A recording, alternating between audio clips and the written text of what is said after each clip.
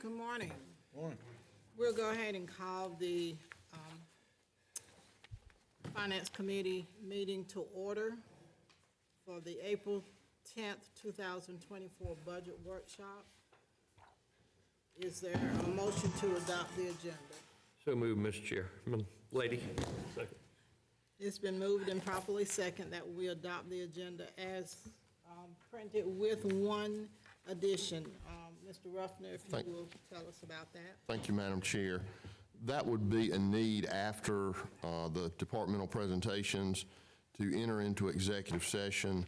That would be pursuant to 30-4-40 subsection A2, and that will be to discuss a budgetary issue for some training involving the coroner's office. And the reason for going into executive session is that involves a case that is currently under an open investigation, some of the details of which will need to be discussed in executive session in relation to the training that they are asking about. I'll With accept that. So with the amendment, it's been proved and properly second that we adopt the agenda as amended. We're now down to the presentations, and we're going to begin with Mr. Kyle Davis, voter registration. Hey, good morning. Morning. Morning. Kyle Davis, here for voters registration and Veterans Affairs. So I want to talk a little bit about today, is they're kind of in a gray area as far as they're appointed, but they're compensated by the county. And I really want to talk about gray just a little bit. I am a member of the Voters Registration Board, and I am a retired U.S. Army combat veteran, so I got vested interests in both facilities.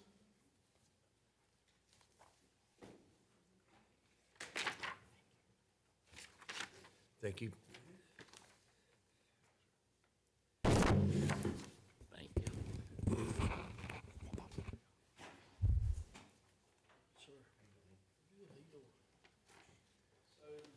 Talk a little bit about the gray, as if you can see the handout. Just want to talk about the handout. On the left side, we're going to talk a little bit about Director of Voter Registration. So the Director of Voter Registration and the Voters Registration Office, as you all are aware, takes all their directives out of Columbia. So they're kind of like technical control of the office over there. But salary compensation comes from the county. Salary compensation from the county. Also, just like the Veterans Affairs Office, see on the right side, all direction, guidelines, rules, and regulations for veterans come out of Washington, D.C. But the compensation comes from the county. So they're kind of in, like the background, they're kind of in a gray area. They kind of get their guidance from one area, but they get the compensation from another area. So today, I would ask and challenge you all to look at their compensation, okay? They have been overlooked in years past, but I ask you today to look at their salary compensation, review, challenge HR to give you their past history, and I would challenge you, if all possible, to compensate them from the compensations they've missed. So I did talk to a member of the legislation to try to see what the state can do, but it all comes back to the county council. So that's really it in a nutshell. Anybody got any questions?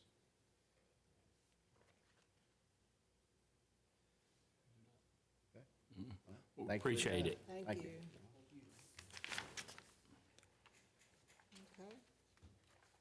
Next, we have probate court, Ms. Gail Ingram. Probate judge, I'm sorry. Good morning, everyone. Thank you very much. This year, I am asking for a small increase, an increase of $500 to the travel and training line item. I'm having to go to a required judicial conference in early October, and now, in addition to two more one-day conferences, one dealing with mental health and the other one dealing with artificial intelligence, and these conferences are not optional. Do keep in mind, I never charge the county for any of my meals or mileage. This is strictly for hotels if I need to. A lot of times I stay with my sister in Columbia, and also for the conference fees, and that's to cover my costs and also my associate judge. So I am asking for an additional $500 on that. The big item is in general supplies, and I'm asking for another $4,500. I need to expand my file room. I'm down to one shelving unit. Each unit has 8 shelves, and I only have 4 shelves left, so I need to buy another filing carriage or shelving unit, and also to put in another row of tracks to prepare for future expansion too. I have the room for that, and again, I always try to keep very close to the previous years, but again, you know, when the need is there, I have to ask for the additional expenses. So thank you very much, and thank you always, you know, for your support of the probate court. Any questions?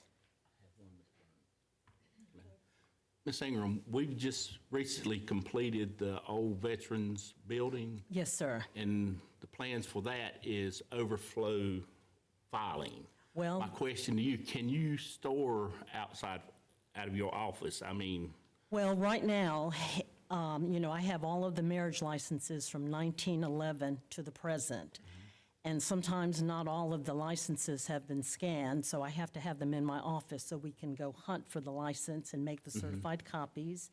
I have all of the original estate files from 1951 to the present, but even with the scanning, I'll get questions from abstractors or attorneys that, can you look at the original file because I need page 3 of the will? And again, that's when I go and I practically just rescan the entire file for these individuals. But again, you know, I'm adding probably about 500 estate files a year, and the increase is going up. So if that is available, I'm not going to say no, and it would be nice if somebody could come look at my file room, because I know I'm going to run out of room to store the marriage licenses. So that would be quite a generous offer from the county, so I'm not going to say no to that. okay, Okay, thank you very much. thank you. Thank you. Okay. I don't see Sheriff Streeter here, so we'll go to Mr. Kaiser.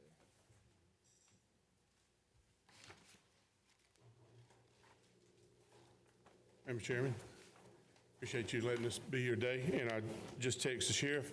He said, can we swap positions? So he's on his way. In my presentation today, I've got a PowerPoint together, and each one of you, hopefully at your seat, has a copy of everything in this PowerPoint. The reason I want to do a little bit of presentation today is that the last time I did one of these full presentations, there are some new faces on the board now, and even though a lot of folks know what I do, there are aspects of my job that some members may not know, so I wanted to make them aware of that. Do you mind if I go through this presentation? And I'll be as fast as I can be, okay?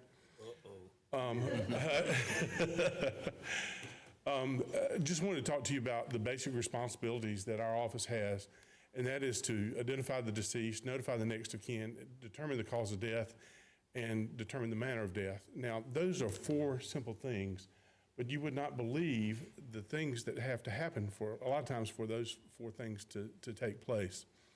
There are other functions that our office has, and that is to assist other law enforcement agencies. And of course, we are on call 24/7.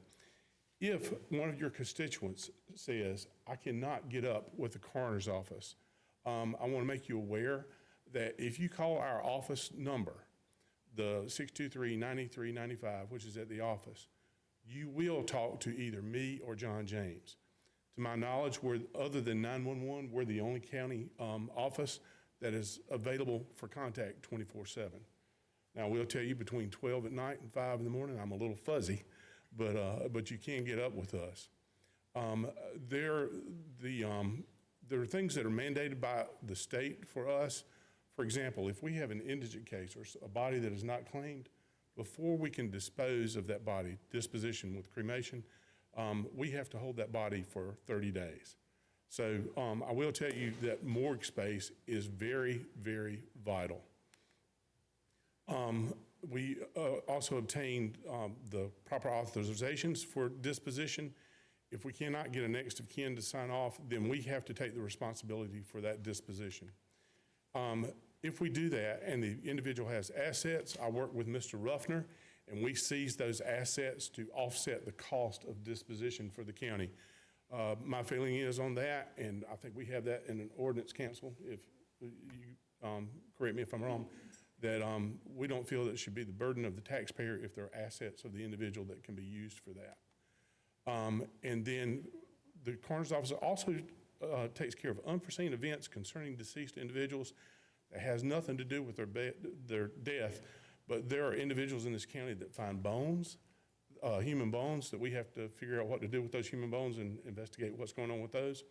And also when cemeteries have vandalism, or there have been deceased that have been dug up for some reason that is criminal, then we have to investigate that also. To let you know, the good old state of South Carolina has mandated that we have 16 hours of training every year, and y'all are always good to budget that for our folks to stay certified in that respect. We do try to take advantage of opportunities that are the association provides at no cost, but there are times that we have to pay for that continuing education, and y'all have always been very good to help us with that. I will tell you that in our child fatality continuing education that we have to have for child fatalities, the state does fund part of that, and I worked that out with Ms. Stanley on how that money is broken down, and we use a significant part of that money that they provide to help us, but we can only use it for the child fatality training. I can't use it for any other kind of training that's out there. The other things that we have to do, the autopsies for is, and this is sort of criteria that we follow for our autopsies, is when we do a child fatality, it's pretty much mandated that we have to do a thorough investigation. Part of a thorough investigation for a death is an autopsy. Another reason we do an autopsy is for illness. There's no apparent sign for illness. I got a 30-year-old that I walk in, he's dead on the floor, he has no medical history. Family says he's not been feeling bad, there's no suicide note, there's no nothing, anything like that. I've got to find out what that individual died of. An autopsy helps us with that. Another criteria is if it's a homicide or undetermined suicide, and then of course always a suicide in question, and then when requested by other agencies, and then if there's any sign of child abuse or adult abuse or neglect, we definitely investigate that. With those investigations, SLED jumps in and helps us. There's a special victims unit that takes care of child fatalities, and there's a special victims unit that takes care of adult abuse and neglect. And we always utilize state agencies when we can, when we do those investigations. Number one, with the child fatality, it's mandated by law that we have to do that. And so we definitely use those agencies to help us with those investigations. To tell you where we are as far as the coroner's office, since I've been in office in 2009, this has been our caseload per year. You'll notice 2020 was a little bit higher. I think everybody knows why that happened. We had a little epidemic to come through and sort of increase mine and Mr. James's caseload, and we were thrown into the middle of that. And my hat goes off to Mr. James, who's my chief deputy coroner. He didn't flinch, and he was right there with me every step of the way during that epidemic.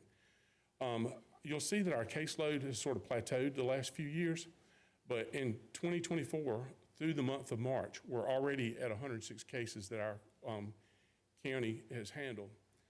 When I took this job over from Mr. Baker, the year that I took it from him, he said that was the highest year that they have ever had which was 95 cases in 2009.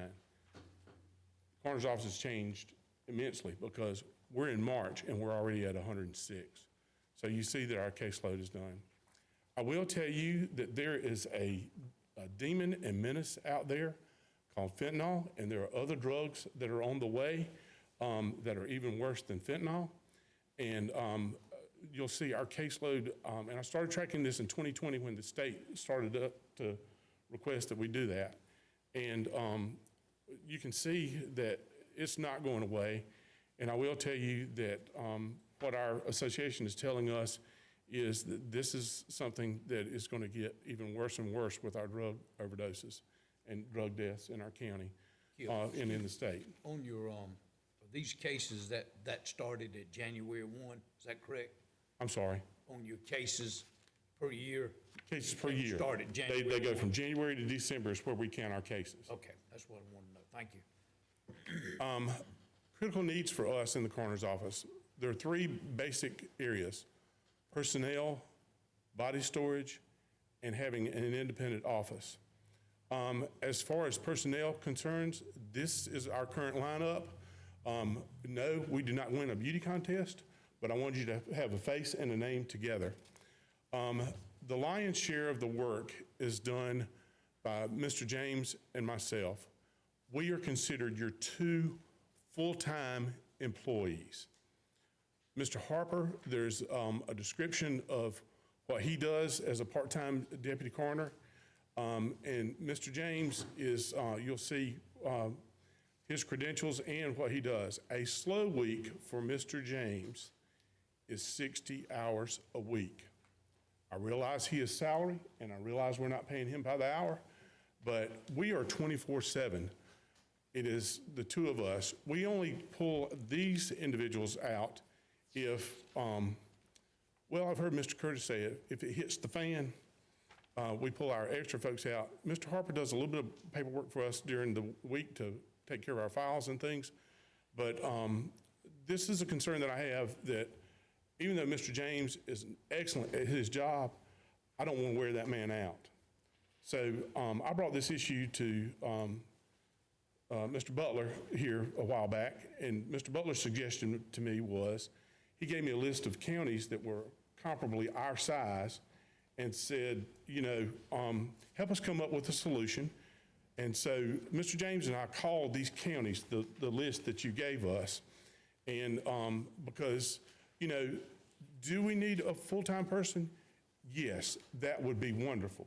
But one of the solutions that I've tried to come up with is, that I found that seemed to work really good, was in Chester County. Mr. Terry Tinker is the coroner over there, and what he has done is, currently the statute is being changed where paramedics can, they meet the credentials to, for the coroner's office as far as the qualifications. So in that, he utilizes paramedics over there and pays them a stipend of $75 when they're on call.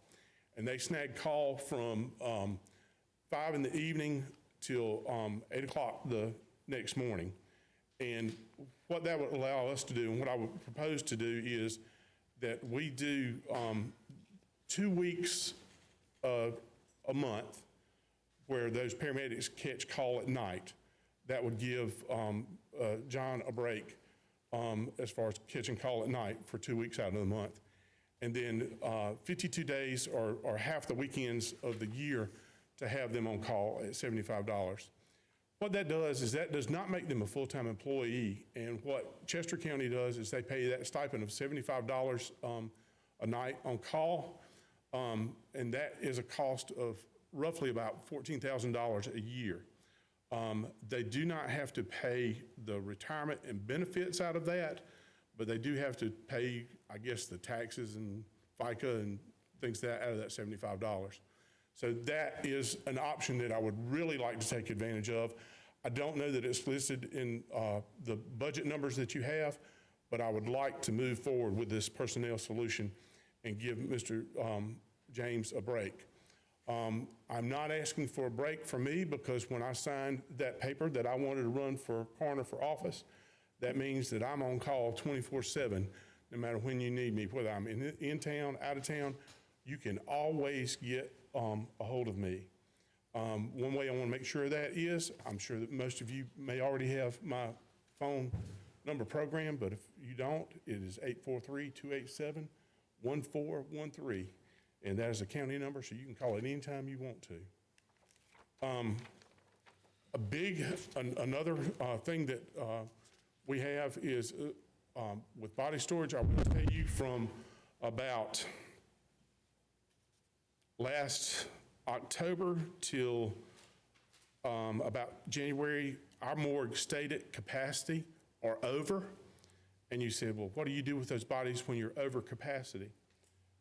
We have a mutual aid agreement that we have worked with our funeral homes in this area in that we help each other out when it's concerning deceased individuals. And there are funeral homes in this area that have coolers that have let us rent space from them when we've had a surplus of bodies that we've had to keep in storage. I do that at a minimum.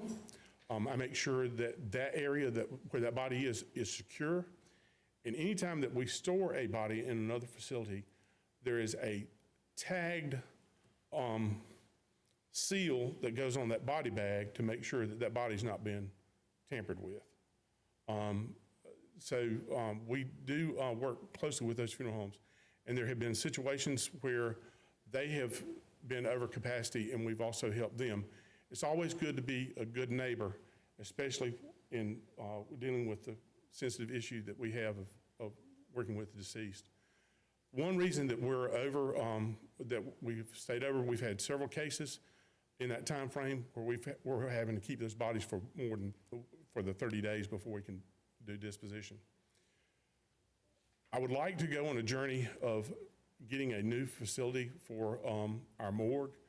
Currently, the sheriff is gracious enough to give us the space behind Building 3, but getting to our morgue is quite unique. And if you take a family at night to go identify and make positive identification on someone, I'm taking them to our morgue. The sheriff does his due diligence and judges that he has to keep these vehicles for evidence or cases or that he's working, and he has to secure those. I will tell you, and I'm not trying to slam the sheriff in any way, but taking a family back there, I've had families say, why are we going through the junkyard to get to my loved one? And then when we get to the morgue, this is your basic morgue right here where I take them in, and that's where they do the viewing to see the body. I realize we're not a funeral home. I realize we're doing identification, but that is a very difficult time. I've just told that family the worst news they ever got in their life. I'd like to make this a little bit softer when we do this identification and get a place to view bodies.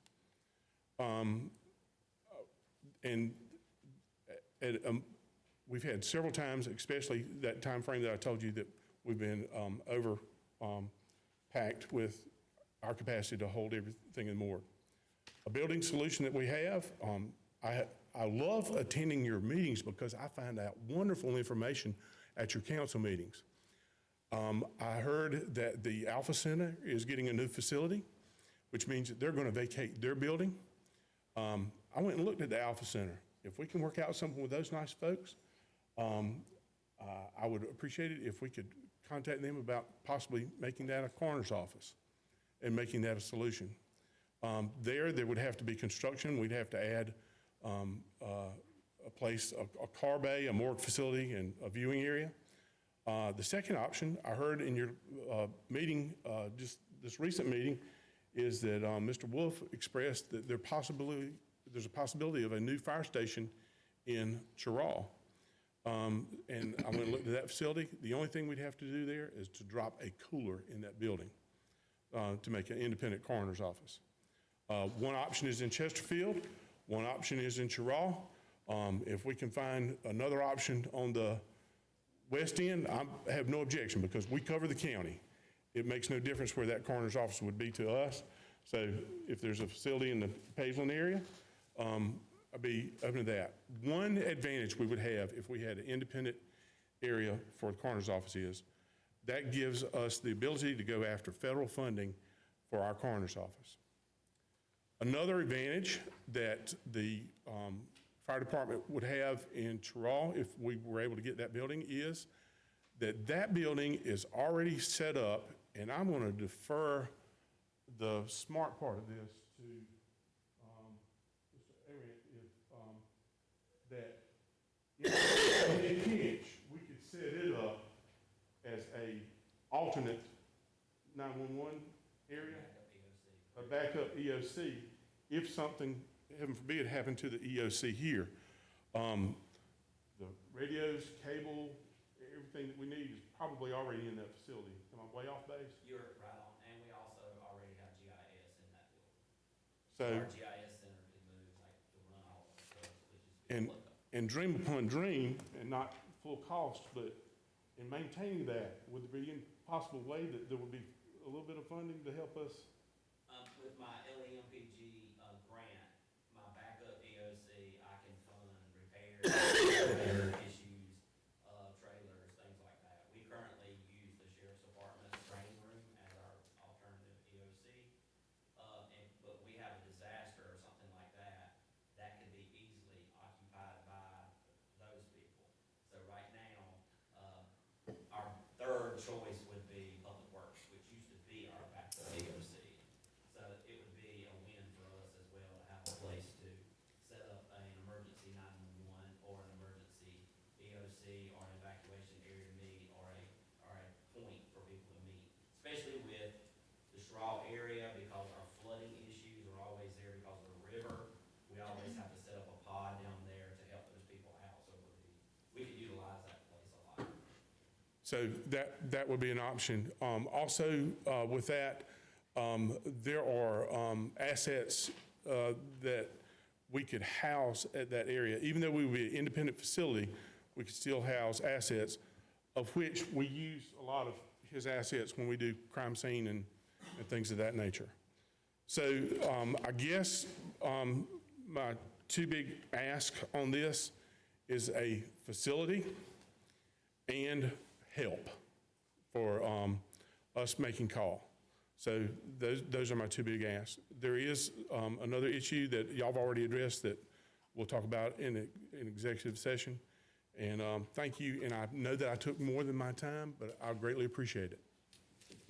One thing, you mentioned Chester County. I just received, I think we all have received the fiscal year 2024 wage and salary report.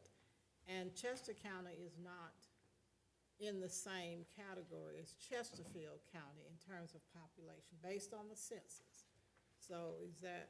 Their call area, their call volume is what I base that off on. And they're a little bit higher call volume than we are.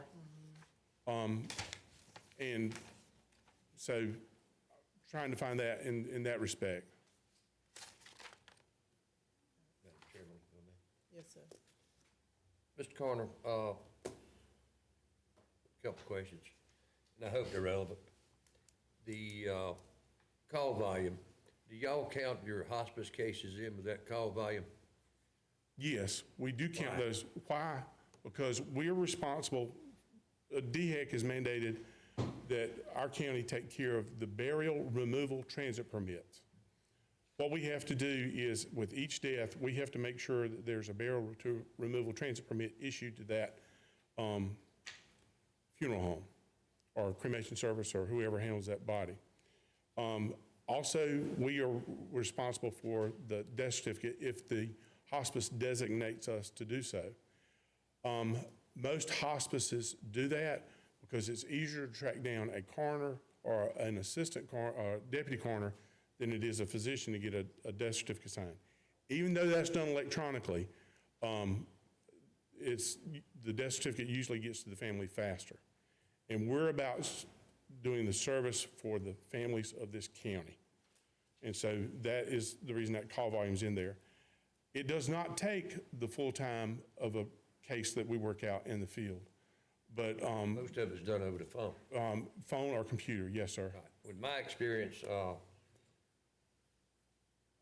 the professionals in hospice pronounce that body, Correct. all right, and make sure that they get all the medications and narcotics and that kind of stuff back. Then they find out who the family wants to get the funeral home, whatever their choice, and they come out and pick the body up, and then that's when hospice releases that body to the funeral home, and then the paperwork goes to Mr. James. Right. They have to notify us at the death, though. But y'all don't come out. We do not. No. But we still have to handle that transit permit and that death I certificate. know, but I think it's unfair that you put that in your, Okay? I'm not being ugly. No, I'm not being, but it takes time and it has to be handled. But it's not an actual call. It depends on how you define call. It still has to be handled by our office. Okay, and the second question that I'm not picking on you, you big fella, and I'm not. We good. But the Terrell Fire Department, if I really did the paper correctly, there was something to do with the metal trusses and all in that building. Wasn't that part of the reason given? I'm not What was sure. that? I'm not sure on that one. I think it was I want to think it was I want to say flooring, but the surface that the trucks had to sit on that were so heavy, and that may be affecting the trusses also. I haven't May heard that. affect the structural integrity of it. Okay, and my only thought there, and I don't want to see about getting a pig in a poke, so to speak, but if it's not good enough for them, why would it be good enough for us? And I understand that completely. And that's where I'm going to have to rely on, like, whoever in the county takes care of buildings and stuff like that. I can work with deceased people all day long, and our office don't can handle know that and everything. When it comes, that's the reason I'm looking at these different options. That's where I'm going to need council's help on what is a good fit and what is not a good fit about buildings and space and things of that nature. I don't claim that that's my expertise. I'm trying to think of things that have happened in this office, of possible properties that would take the least amount of work to convert into a coroner's office.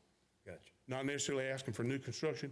New construction would be great, but you're going to spend a good amount of money with new construction, I would guess. And these are just options that I'm asking that we look at I understand. and that we get in place, because I actually have another thought, and it's just a thought. And it's more centrally located right here in Chesterfield County. Several years ago, we bought a 1 acre lot down here on number 9 in the industrial park, so I think it'd be a benign entity in that, I'm assuming it's designated as an industrial park. I'm not sure about that, but I know what you're But talking about. The land's paid for.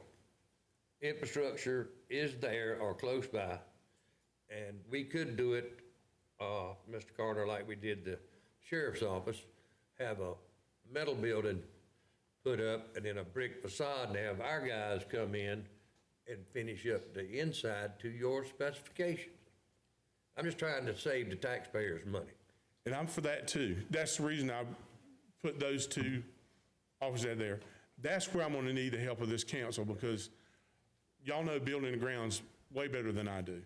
That lot down there is 1 acre. Right. All right, and then it just falls off. I mean, about as big as this hill back here behind us. Yes, sir. But the time you add the sally port and your refrigeration, you're not gonna have a whole lot of room back there to do anything, even parking. Yes, sir. So I just don't know if that's I'm playing devil's advocate, the ideal spot. Plus, we don't know what it's appraised at, we don't know what they're gonna want for it. Who knows, we may be better off going with a American steel building, who knows? I wanna look at that. And I do too, Mr. Curtis. My desire is, we need a home. I got Even though the sheriff's office, this administration and previous administrations have been very gracious to the coroner's office, we need a home. I understand, Chairman Butler has told me often that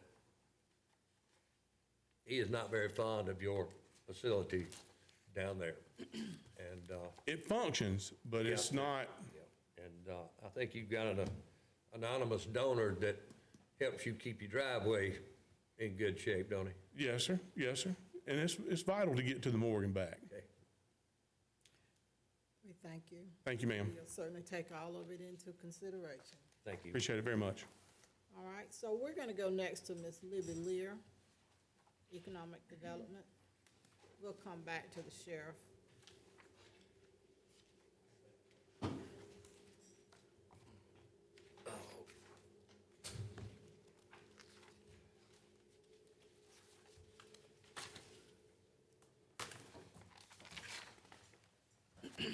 I'm going to time myself because I'm going to try to not go over 10 minutes, but y'all know how much I love to talk. I didn't realize that this was going to be on Facebook and possibly on the news, but so I will try to remember to use last names for other folks, but y'all know that I like to call everybody by their first name, so I'll try to remember that. The most important thing that I want to say to you is thank you all for the job you do and for the job you've given me. I had no idea 2 years ago that I was going to fall in love with this job the way I did. And from the first day, I absolutely love it. It's a job that there's a lot of room for growth in. There are a lot of areas to gain experience. So I just want you to know how much I appreciate it. The main thing that I'm requesting today is, like most other departments, is an increase in our office for our whole department. If you are not able to give that increase to all of us, I don't have to have it. The reason I'm here is to advocate for the girls that work in my office. I love them, and I think they love me, but more importantly, I like them, and I appreciate their hard work, and they go to bat for us every day. For one individual, I'm asking for a little bit higher percentage because she's doing 2 jobs for the price of 1. That's not sustainable to keep going that way. You'll also see that I have included part of the budget for Ms. Cherry McCoy. You all did not plan on Cherry still working with us 2 years later, and I can assure you Cherry did not either. I now know what I'm doing, but she is so full of expertise and so full of ways to help this county that she is a valuable asset that I hope we don't get rid of. So I'm asking you today, and Cherry wanted to be sure that you all heard that she did not request this. She's perfectly happy to be fully retired. I'm the one who requested it. She said she was willing to try it if you all were willing to continue to keep her on by cutting her hours in half to an average of around 5 hours a week. That would help in that area. Most economic development offices have consultants. You can't be an expert in every single field. Consultants make around $150 to $400 an hour. Well, Cherry is way, way below even the lowest tier there. So please consider that. One reason I'm so excited about my job is because I feel like we are now a strong team. We're all good and different. It just worked out that we all have different strengths. And I feel like together, we can really advocate for Chesterfield County. And y'all, we need to, because we just moved from Tier 3 to a Tier 4 county.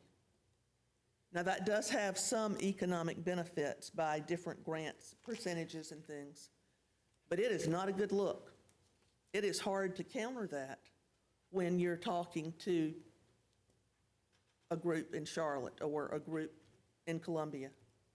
You have to remember what that looks like, and that is partly based on our per capita income.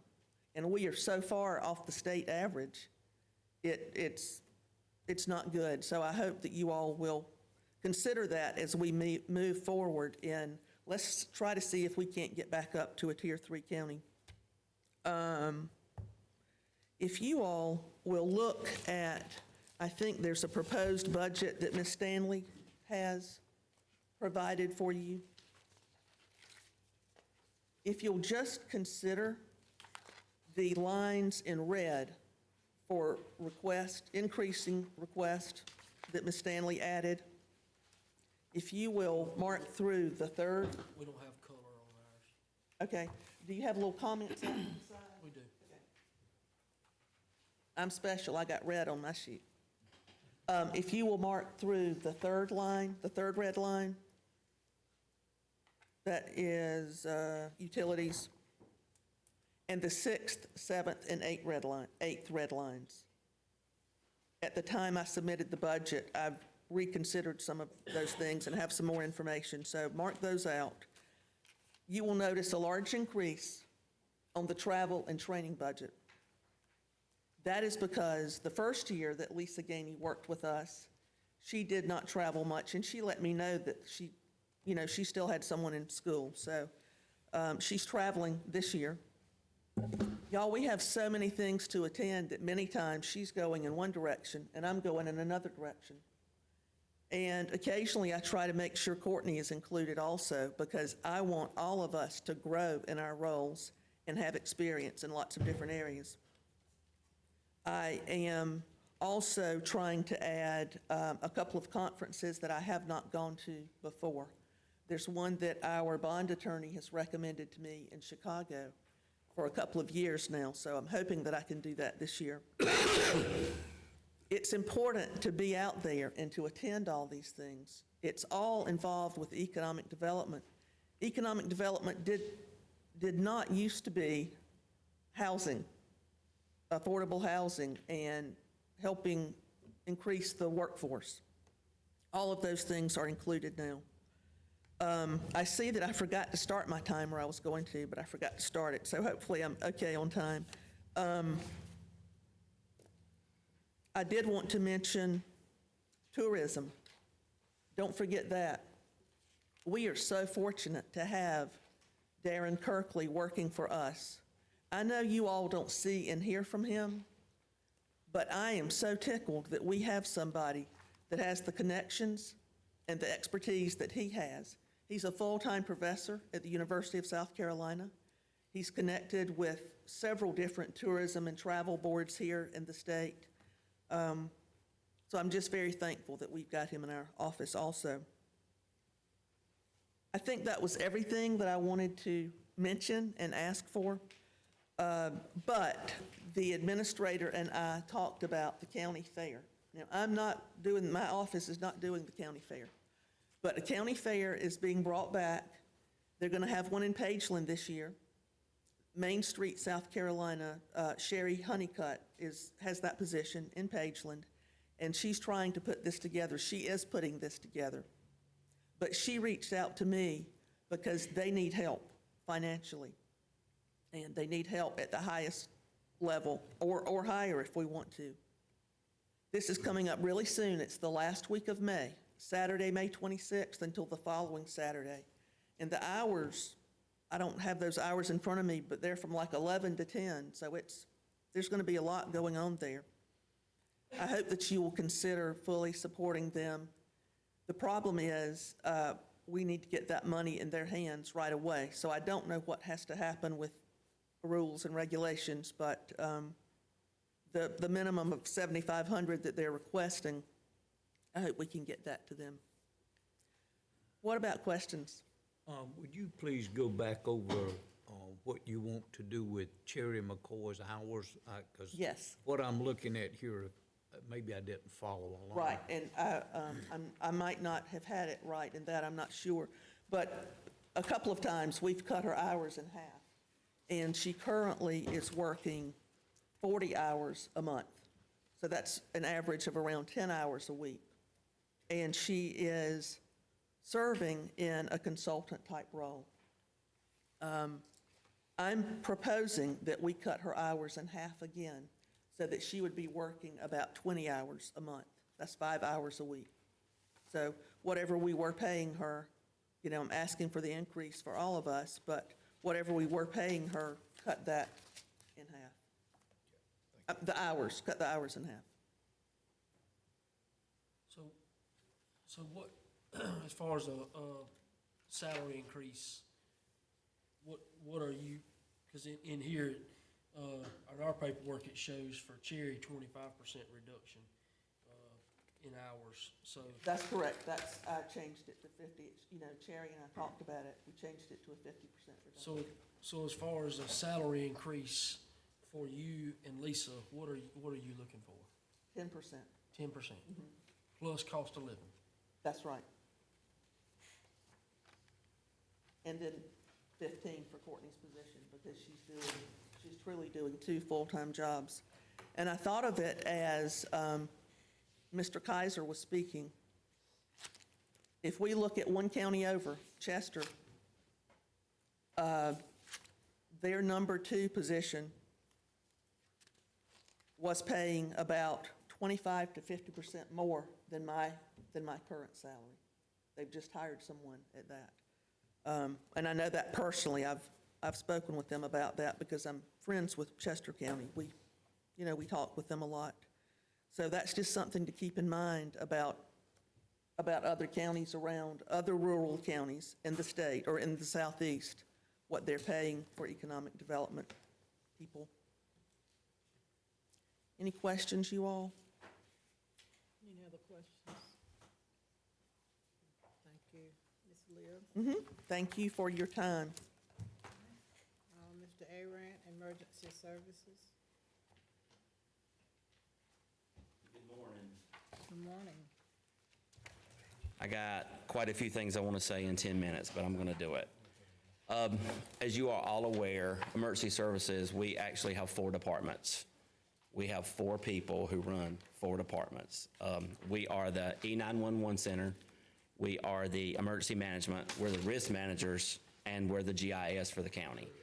We currently do not have a budget for GIS. I absorbed that through the Emergency Services budget. So maps that are requested by towns, maps that are requested by the Sheriff's Department, maps that are requested by Economic Development, anything we print, we cover the cost of that. So that's why I've asked for an increase in supplies, because a set of ink for our plotter is $600. It used to be $300. And a roll of paper is $98 that'll print 12 maps. So it's quite pricey to print these large-scale maps. As Ms. Lear brought up, we are actually helping with the county fair by printing their maps for their security, for their emergency ambulance service, fire, all that. So we've been working with them as well. I've asked, I want to start off a little bit in E911 talking about my request for increase. The increase of just $500, in uniform budget, I actually clothe 19 people for $33,000 a year.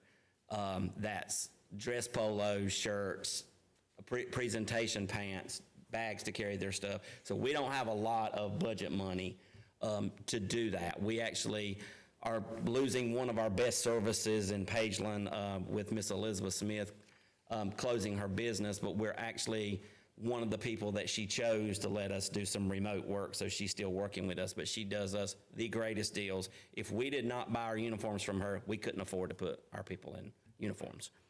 Also, I'm asking for an increase in the training budget from $15,000 to $20,000 because there are so much more required training for continuing ed. And a lot of the supplement training that we've been able to achieve over the last few years has been free through APCO memberships, through the state of South Carolina, and they're starting to charge minimal charges, but to me, $150 paying now for a class that used to be free when you're doing 18 to 20 people a year is a lot of money. And so it catches up with us quick. The other thing in the NCIC with the documentation and the stuff that we have to store in a proper way, we house the warrants, which continue to grow every single day. We also house all the OSHA information, and we house all this documentation for all the storms that we have to keep for 10 years after the last payment of a storm is paid. We still have outstanding from Hurricane Florence. So that 10-year retention hadn't even started from that. So We have some storage stuff. Our maintenance shop has built us a building onto our building, which has helped greatly with storage. But we have to be able, just like Ms. Ingram, to go retrieve it at any given moment. We can't have it stored off-site, and it has to be in a secure facility, and it has to be temperature controlled. So I'm asking if for us to look at telecommunicators. We are a training county. And it's great that we can do that, but it's horrible for us for as retention. We bring an employee in here for $12.50 an hour, which we used to pay them $10.50. And we go 6 months before we can put them on a console taking a live 911. And by the time they get their state certification, we take a picture of them with their certificate, and then next week they're working at another organization. Because they can leave us, because at their top making, after their incentives at $13 and something, they can leave us and go to another county or another town, which makes no sense that a town of Sherrill or a town of Pageland can pay a telecommunicator more than I can. A state certified telecommunicator, and you don't have to be state certified to work there. NCIC certified. So we actually did a tour yesterday of Kershaw County. Their organization is basically like ours, the way it's set up. Their consoles are set up like ours. We start an employee at 12-something. They start an employee at 17-something. I have an employee that lives in that county who will probably be leaving me because she just got her state certification, and that's so much closer for her to drive. I just lost one to Marlboro County because she lived in Marlboro County. They offered her $1 more an hour to start than she's making on top pay here. So we are a training county. So I've always asked for money over the last couple of years. With the 6% increase, the 4% increase, it got us from that $10 and something up to, but we still are nowhere near comparable when it comes to the other counties. So I ask that you look at that again for retention purposes. The amount of money that we spend on training and the amount of money that we spend right now training. I asked for a $5,000 increase to a $15,000 budget, but right now training through the state of South Carolina Appropriation Fund is 80% reimbursable, and it has been as long as I've been the Director of Emergency Services. So 80% of every dime I spend on training, we get back. 100% of every bit of money I spend on GIS, whether it be laptops, whether it be the services we use GIS, whether it be any maps that I do GIS exclusively, is 100% reimbursable from the state of South Carolina. So having the line item to work with, knowing that we're going to get 80 to 100% of that stuff back, is how me and Michelle communicate back and forth. She will call me and say, what you're spending until we get appropriation money back. We work that budget. I'm constant contact with her. We have things that I ask for my budgets to stay the same, although I don't have an upgrade this year because there are things that happen every single year that we have to, consoles break down, equipment breaks down. We are finally to the point where we do not have a mandated upgrade this year coming up. So I would ask for them to stay the same so I can get some of these little things fixed in our building.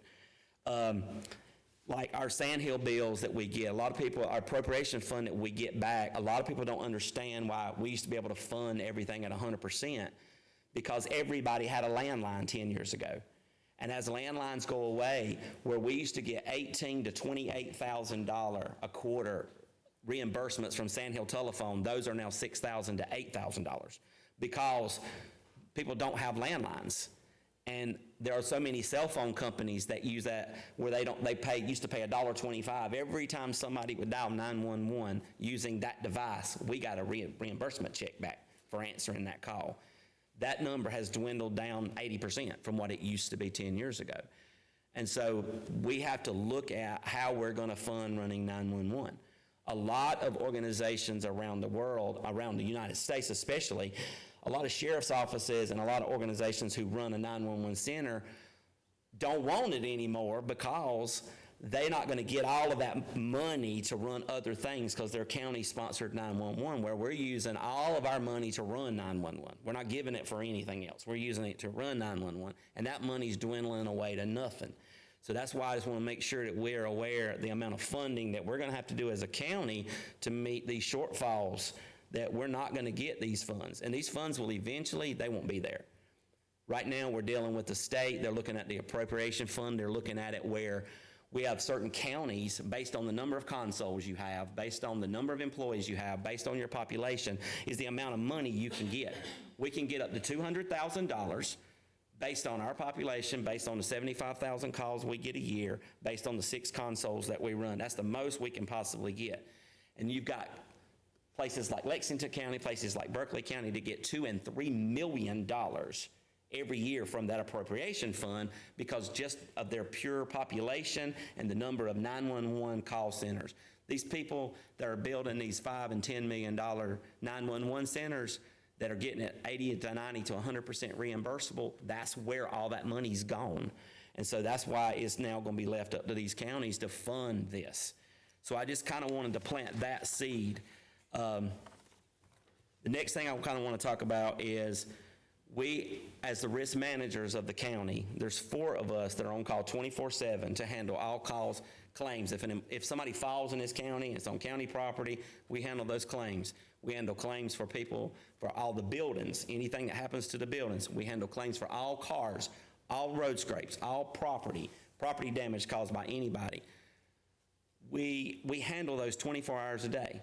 We just went through an OSHA audit, and we were given things that we have to do because we had a situation in our county where in the private sector, they had violations, which we, as the county, insure their workers' comp. And so we were pulled into that, so it opened us up for a full audit just as well. So it opened our eyes to some things that we need to make sure that we're controlling.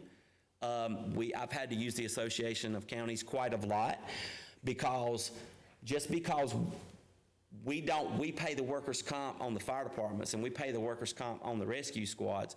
OSHA considers that when they say 10-4, I'm signed on 23 at this site, they are now temporary county employees. Well, I've talked with Heath on several occasions, we've sat down, and they're not. But through OSHA, we have to keep their training records and we have to keep their driving records and we have to keep, so it's really increased the amount of paperwork that we do in our office. The other thing, I asked for a general line supply because I need to buy some file cabinets that are fireproof. I need to buy, I just bought a new safe to meet their requirements. There are some things I need to kind of do upgrade. I'm in a 65-year-old building that was remodeled 8 years ago that was remodeled by county employees, and I'm not saying that that's a bad thing, but I feel like things are falling apart and things, I mean, I've had to close a permanent bathroom because of sewer. I've had to dig my yard up. My drainage is terrible. There's things around my building, so I wanted to keep my building maintenance $5,000 line. That's why I asked for that. The other thing on there I'm requesting, we actually have a 2012 Ford F-250 that Clay drives, that we pull the nuclear power stuff that's been out of commission for 5 months. Because it has a computer problem that we've sent from shop to shop to shop trying to get it fixed. I've got him driving a 2007 Trailblazer, and I had asked for $10,000 to supplement LEMPG grant that I get, but it's probably gonna be more like $25,000. Because when I bought my truck in 2020, my truck was $31,000. I tried to buy the same truck, it's $51,000. And my LEMPG grant this year is going down 8%. It's a state thing, it's every county. So I'm not gonna have the matching funds. I thought I was gonna have maybe $10,000 or $12,000 more dollars than I have now. But if we can get this truck finally fixed, it will be used to pull like the nuclear stuff, these big 12,000 pounds trailers and these things. But Clay is on call 24/7 just like I am, and we have this county split, and he needs something dependable to drive. We have to switch cars all the time when he has something going on because he's got a big event or I'm off or something's going on. I'll drive the old Trailblazer home and let him keep my truck, so if he gets called out and needs to pull a trailer, a generator, because we never know when Mr. Kaiser is gonna call and say, I have a body field and I need a generator in an hour. Can you bring it here? And we've always tried to accommodate him. We have generators that we pull from here to there. Miss Libby's been our watchdog. I mean, we had one, we went and moved one, and she called us and said, did you move it? It took the police the Chesterfield police 3 days to say, you know, one of your things are gone, but she noticed when she drove up. So we have a storage issue. We're out of parking lot space, so I have things planted all over the county. But the reason I had asked for 10,000 is because the last thing I kind of want to leave you with, when we are asked by Ms. Stanley in February to give you quotes for what we need for next year, those quotes are useless. Every single time we quote something, it's a 30-day quote. We go back when you say, okay, we're going to give you $10,000 to do this upgrade, we go to get a new quote in July to make it happen, it's now $20,000. So that's what happened with our battery backup changeout. We quoted it last year at $39,000. When we got the money and set up the appointment to do it, it was $60,000 because it is 92 days after the quote expired. So I don't know what we need to do to look at that kind of stuff, but when we're quoting something in February that's not going to happen until October or November, those quotes, when we ask for that money, I try my best to stay within that budget. If I've got an issue where I'm going to go over budget or something, the first place I call is Ms. Stanley and I say, I've got this much grant money that I was going to buy this. Let's move that line to match that so I can still do that. And I have that appropriated for something else, and I leave that off because we're always having to supplement money to cover those quotes that are way too low. And so I just ask that we look at some kind of way that that quote could be some flexibility to it, because you know yourself with the cost of living, gasoline, you don't never know what it's going to be. You never know when building repairs. I've got trailers that the county has not bought. We buy them with grant money, but they need tires, they need maintenance, and they need stuff, and that's why I asked for those increases. Does anybody have any other questions, or? I do. What's the magic number for, retention of employees with telecommunicators? I totally agree that these folks, you know, we talk about law enforcement and everybody else and what they have to deal with on a daily basis. Right. But these telecommunicators are the lifeline for law enforcement, fire, rescue. You know, they're the ones getting the call from the lady who found her husband in the floor. Yep. And so, you know, that's $12 an hour is peanuts when it comes to. And you know, they're delivering babies, they're doing life-saving CPR, their certifications that they have to have require somebody you would think that would need a college degree to pass and keep these classes that they have to have. And my pool that I'm pulling from for these employees is fast food workers, because nobody's going to take a $3 pay cut to come save somebody's life. And it's crazy that I call someone in who I think, okay, there is a gentleman who has a family, and I say, I can pay you $12.46 an hour, and he goes, I can't afford that. Like I said, the magic number, every telecommunicator that works for Chesterfield County should start off at $15 an hour. There's no reason they should not start at $15 an hour. When Marlboro County, who is a poor county, can pay more than me, Sherrall Town can pay more than me, Pageland Police can pay more than me, Lancaster County, I've lost 3 to Lancaster County, starts them at $16 an hour.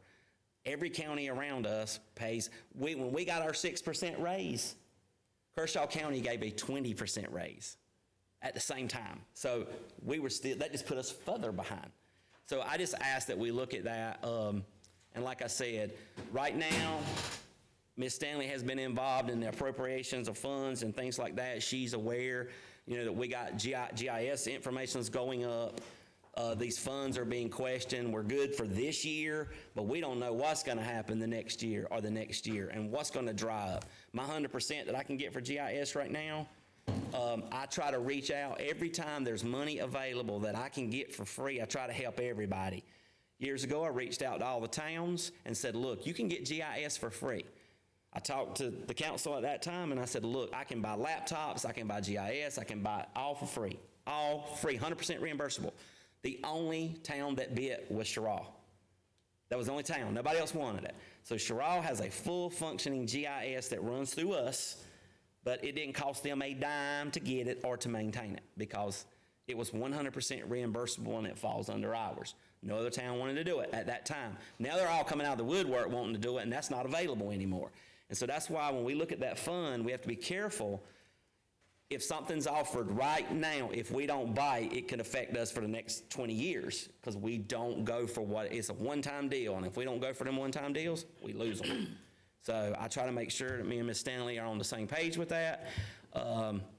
And I've been to Mr. Eubanks' office several times, like with the flights and the money and GIS and things like that, because I'm like, look, we spend 40 a year, we can spend 20 and do this. So I just ask that you look at that and look at where we are on that scale compared to everybody around us, because we are tired of being a training 911 center. I think a piece of pertinent information for the committee would be to know the total hours that are associated with that, with the telecommunicators department, so we can see what the increase in salary, how it would affect the budget overall. Thank you, Mr. Ayers. Ms. Shepherd, I'm sorry. This is out of order, but there's one point that I failed to make. Could I make that? We're running too late. Okay. Oh, that's fine. Well, if it's pertinent to this, go ahead. I simply wanted to add that our job includes working with every other department, not so much for Mr. Kaiser, but I enjoy talking with him, but we work with every other department in the county, and I wanted to express my appreciation for them always helping us when we call. Thank you. Thank you. Ms. Shepherd and Mr. McCoy. Mr. McCoy doesn't want to get up. He left me on my own, didn't he? Good morning. I think we're last. I don't know if that's good or bad. Just want to start by saying thank you. We appreciate everything that y'all do for us in our department. Everybody there appreciates you as well. As you're aware, this year we went from 8 motor graders down to 6. We're adjusting. It's taking a little time. Everybody's trying to get their routes going and just kind of moving along. So, but with that being said, as well as everybody else, we do have problems trying to keep grader operators in these machines. We have very nice equipment, and we're having to bring people in off the street that's never even sat in a piece of equipment, never even seen a piece of equipment. It's been working to some degree, but we're still running short from time to time. We have been without a couple of employees since the end of last year, so we've not been able to, the floating position that you guys allowed us to have last year along with the dump truck driver, we've not been able to use that like we should, and hopefully now we can.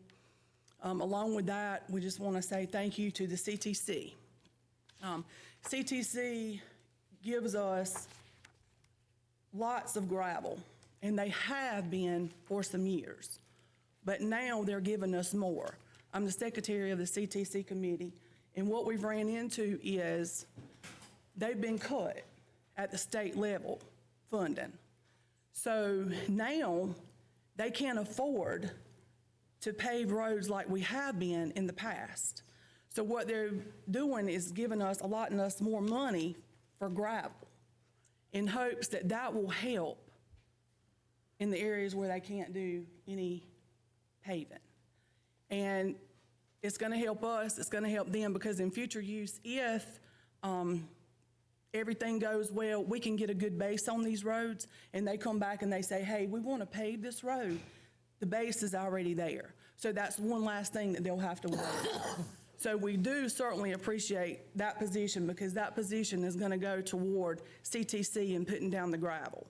So if any of you see a road, Jeff is really, really good about going through, looking at the roads, figuring out which ones really need it, and we try to do the ones that are problems, the ones that give us the most problems, the long ones, the school bus, that type thing, you know, we have problems. But if you see one or somebody comes to you or whatever, do let us know. Last year, we were able to stay within our budget. We're gonna be able to do the same thing this year, but thanks to CTC, because without that, we'd be standing before you today asking for lots more money for the gravel. Ms. Burns? Yeah. So if if I understand you, Ms. Shepherd, CTCC is going to give us more money than what they have in the past. Is that, are we talking about doubling the money? That's correct. Like, I think last year, Stanley, if I'm correct, I think we did like 100,000. This year, they're already talking about 200,000 as of right now when we deplete what we have. Which now the cost of materials have gone up, That's right. so it's not going, and transportation costs with fuel, it's not going to be as much as you think. But then, Mr. Card, you don't have to be so stingy with the gravel going in my areas. But yes, you are right, because like right now, they're already talking about $200,000. And so paving right now is like $1.2 to $1.5 million per mile. That's the cost of it. So their thoughts are, along with us, if we can put this gravel down, it just helps buy time. I mean, we all know it's dirt. It's not a gets them permanent out of the fix. mud. Right, it's not a permanent fix. It's not gonna, you know, it's not a miracle worker. It's just gonna help us, help them, help y'all. Because you catch the wrath just like we do, you know. Put water on it, what you get? Mud. So it's not gonna be anything that's gonna be, it's just gonna help. And hopefully after so long, that keeps going on there and it packs it, you got a decent road. Appreciate what y'all do, because I get very few complaints, Ms. Shepherd, Thank you. very few. We're trying. One other thing we want to run by you, and this is just FYI information. We have had, not in the last year or so, problems with our CDL drivers. Used to, when we hired someone, they came in and they said, okay, we want to drive a dump truck. We could grandfather them in. We'd put them with the best driver we had, get them on there. We had a good driver, and that's the way it went. Can't do that anymore. So now they have to go through the schooling. Tech does offer the schooling. I want to say it's like $6,000 or so. They do it during the week, and now they're offering a weekend course. We had talked about this before, you know, if something with the county or whatever, but and Jeff and I just talked about this yesterday, when we do that, it's kind of like what Chad said. All we're doing is getting them ready to go to the next county or go somewhere else. So the only other opportunity that we would have, and we would have to research this a little bit further, but I've talked to them out of Columbia with the state, SCDOT. And they do offer where we could send someone, and it's like a couple of days. Of course, it would have to be paid up front. But that could only be used for county use. So if you send them, then they can't leave us. You know, they would have to stay with us, and if they did a contract or something, just, you know, for a certain amount of time. Again, if that was something that we looked into, we, you know, would have to go a little bit further about it because we don't have all the details on it. But that is an option, because like I said, if we send them to a school and they come back with a Class A CDL, even Class B, they're gonna leave us, they can go to the rock quarry and make lots more money, and that's what they do, and then we're still sitting here stranded. Like I said, right now, we are full staff, things are good, but you never know, we may walk back in and somebody say, I'm leaving, you know. So that's the kind of things that we're having to look at, but I just wanted to put that out there so that everybody would be aware if that does come back up. What we would like this year to ask for, our sign supplies. We asked for an increase last year. We need another increase this year. We've asked by $5,000. I've tried to do a lot of research, tried to get quotes. We're getting from the cheapest place that we can. Of course, just like anything else, inflation's got us. You say, well, why in that department? That seems so small. That's such a big department, you know, the sign supplies, because every road sign you see, every bridge that we have, every railroad we have, everything. And the amount of signs that get stole throughout this county is unreal. Somebody's got a collection, you know, and there's certain ones that normally get stolen. I mean, they'll pick an area. It might be Patrick, or it might be, you know, over here on the other side of Chesterfield or whatever, but they pick areas, and then we have to replace them. So it just keeps going and going. So we're asking for $5,000 in that, on that line item. The next thing we have is our 2007 loader. We use this every day at the office, every day. We use it around there. Some of the other departments use it from time to time, and we use it every day pretty much at the convenience center. So it's starting now to give us some trouble, having to start work on it. So that's one thing that we would like to look at as far as updating. The other thing that we have is the 1992 bucket truck. And it is really starting to give us trouble. And we would like to also look at that one. Now, that one is used with us somewhat. We go out, cut trees, anything that's higher up than what our guys can reach, putting something back on top, anything that we can use it for. And like I said, maintenance, they use it a lot too. We would like to look at maybe being able to update that one. Then we have an 1986 boom truck. Now, this one is crucial because of the fact, just say summer's coming up, air conditioning goes out over here. These people are not gonna work. It's sitting up in the hot. So if we don't have anything that we can get up there, we're having to work on that before use, during use, and after use. I mean, it just is not, it's just not working. That one's completely just about gone. And so what's gonna happen is we're gonna have to get Stroud and Son or somebody to come assist whenever something starts going out. So we would also like to look at that one being replaced too. And again, anything that, you guys can do for us with salaries, that's much appreciated, just so that we'll be able to keep, we have good employees for the most part. Sometimes we'll get one or two, whatever, but for the most part, it's good. We have a good group. We like to keep them. We like to run smooth. So, but anything that you guys can do for us, we appreciate it. We appreciate y'all, and if anybody has any questions, I'll be glad to try to answer them for you. What's a respectable increase on salaries for CDL drivers and motor grader operators? Well, right now, I'm thinking that ours is at 36, Stanley, I think, 36? I know that the state has increased most of theirs up to $50,000 starting pay. So we're way off from that. I don't know if we can reach that, but if anything, because like I said, we've got a good group right now that we've had for a while. We just want to keep them. We got one guy, he's young. He just turned 21 this week, as a matter of fact.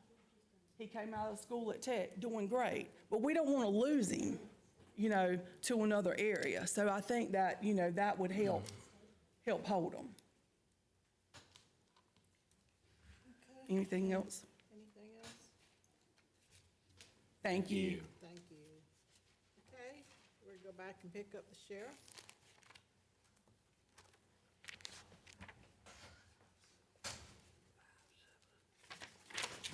Sheriff Streeter. Morning, sir. Morning. Before I start, I'd like to add something to what the coroner said. And I think, Mr. Curtis, you mentioned that where the morgue is at our department. He didn't mention that when he takes a family down there, they have to walk right by our dog kennel where our bloodhounds are kept. And anytime anybody goes down there, they bark, they're dogs. I mean, they're gonna bark, so it's not a very pleasant thing. Also, I'd like to thank Mr. Arant. I think Mr. Ford might have mentioned that his dispatchers are the lifeline for our deputies. That's absolutely true. We're out there, I was out till about 3 o'clock this morning on a situation up on the other end of the county. And I know every time we pick the microphone up and call, the dispatchers answer, so I appreciate it, Chad. They do a good job. Well, the common thread seems to be personnel, trying to keep personnel. And I, just like everybody else, that's the biggest problem we have at the sheriff's office. I've asked for a salary increase. I'd like to get us in line with the counties around us. There's only one county that we are currently paying more than they are to our deputies coming in the door. And that's Marlboro County. All the rest of them are ahead of us. Some of them substantially ahead of us. And so what I'm trying to do is get our salaries up so our deputies will stay here with us. They do a really good job. Our numbers from last year are just overwhelming. If you look at them, the number of calls, the patrol answered about 17,000 calls last year, just a tad under 17,000 calls. investigators recovered over $1 million in property that was stolen. So they're out working. Our animal control guys, they answered over 1,000 calls last year. I don't want to use the word seize, I apologize. They picked up over 700, almost 800 animals and took them into the shelter. So they're out there working. We're out there working 24/7.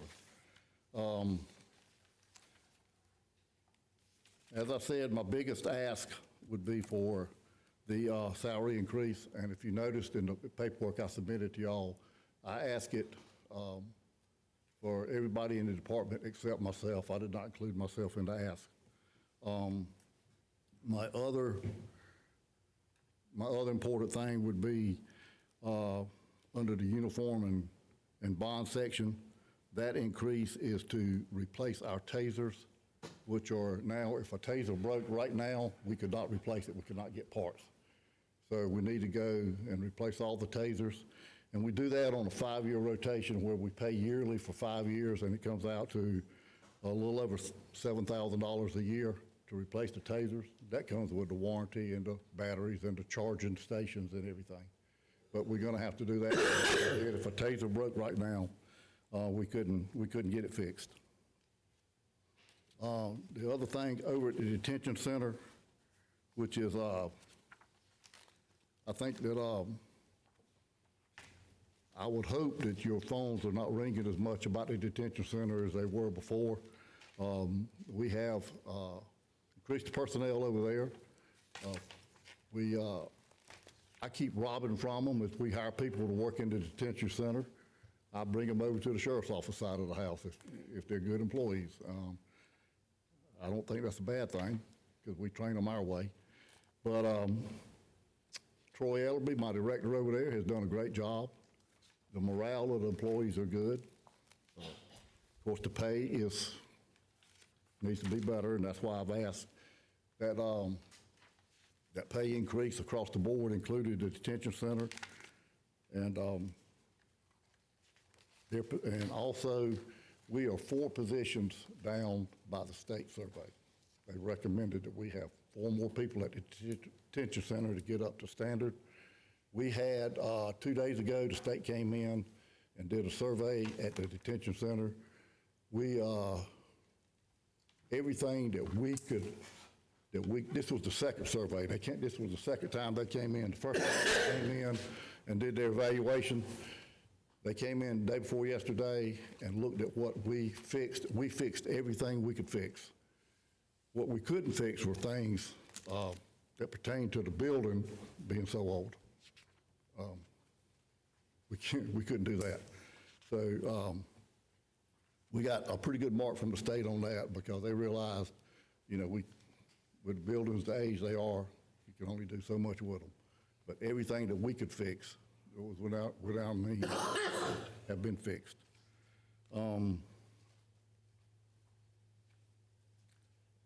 We have, we've submitted our request on all the line items. I have not, I don't ask for it unless I think we need it.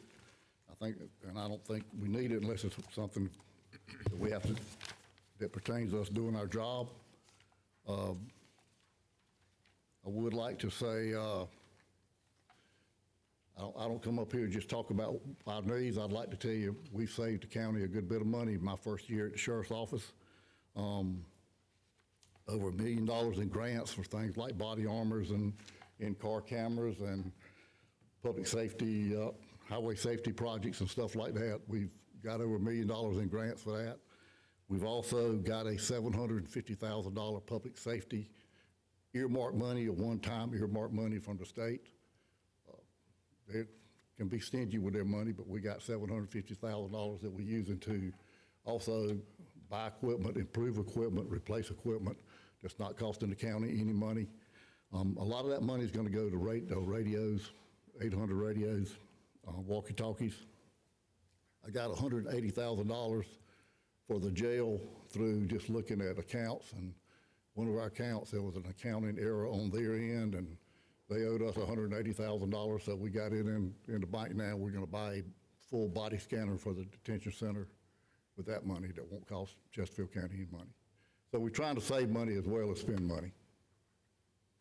I'll entertain any questions.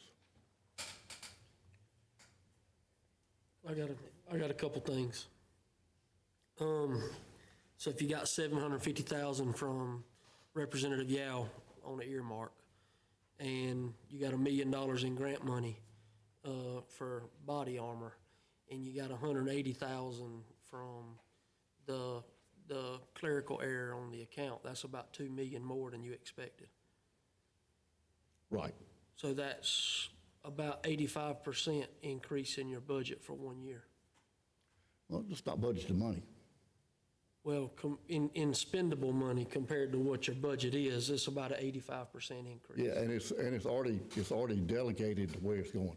Okay, The $180,000 is going for body scanner for the detention center. The grant money is for, I mean, those grants tell you how you have to spend the money. how many open positions do we have, and how long have we had them? What are you talking about? Open positions within the What side? within the Detention center or sheriff's office? I have, currently I have 2 open positions on patrol. I have 2 in command staff, and I have 1 at the jail. So as far as those 4 positions with the budgeted revenue that was allocated for those, are we still sitting on that surplus of money from those positions being empty? No, not all of it. Some of it, yes, but not all of it. Okay.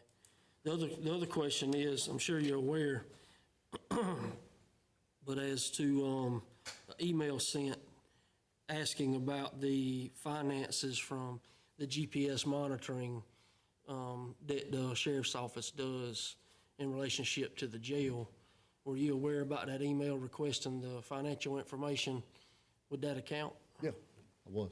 So I see that part of the email is, instead of sending over the requested information before this meeting so we could have something to go off of to see what was going in and out of that account and what was being, spent and supplemented on for different line items, I see a response was that we've had problems before, and that you reached out, somebody from your office reached out to the county attorney to see if this was information that y'all should provide.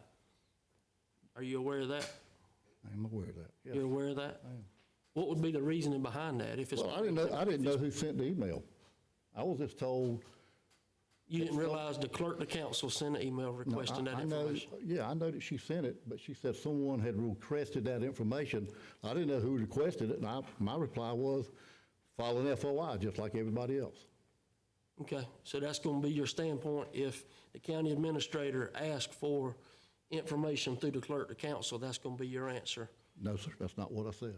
I said, I didn't know who sent the email. I was just told that someone had asked for that. I was not told who asked for it. So you weren't told that the clerk of council asked for that information? I was told that she was said that someone had wanted that information. I said, tell her to file an FOI. So is it information that you don't want us to have? Nope. So Didn't what, say that. so what do you need to know to be able to get us that information? I need to know who wants the information. If it's for county council, I'll supply it. I was not told that. Would Susie request anything for anybody else besides county council? Well, I don't know. I didn't talk to her. I was getting it through someone in my office. Let me interject right here. Is this the end of your presentation in terms of the budget request from your department? Because I think you all are getting into maybe something else that, I think it's very pertinent, Madam Chairman, to this as it relates to requesting information about finances that are being collected and distributed, that doesn't go through the general fund budget, that I'm not sure that everybody on council is aware of, that they're able to supplement the sheriff's office through. I wasn't even aware of the request. Was the committee, either one of you, aware of the request? So we're not even sure you know, what it is that you two are talking about. But in terms of your request from this committee, I'm saying that you've made your request, we will take it under consideration, and, Your presentation is yeah, finished. we really appreciate your coming and giving us the Thank you. information. Okay, And, Madam Chair, yes. lady, I think that's something that the sheriff and the administrator can work out, Mr. Ford's questions. That's what I'd like to see done. Well, I'd like to see it done too, but that was taken care of by email, by request of the county administrator through Ms. We'll let him- Boswell, and that was the response. We'll let him follow up on it. Again, it was not made by the finance committee, is what I'm saying, and since we're just dealing with the budget part and the departmental request, this ends the departmental request. There is a need to go into executive session, and again, Mr. Ruffner, if you will, I'll cover that for us. Thank you, Madam Chair. As stated at the beginning of the meeting, that would be a need to go into executive session pursuant to South Carolina Code Section 30-4-40, subsection A2, which provides an exemption for information of a personal nature where the public disclosure thereof would constitute an unreasonable invasion of personal privacy. As, again, as previously stated, this is regarding some specific training that the coroner's office is seeking, and it relates to and will require some discussion about a current pending case. And for that reason, have requested that it be in executive session. Okay, is there a motion to go into executive session? Second with a break. It's been moved and second that we will enter into executive session after a 10-minute break. Thank you.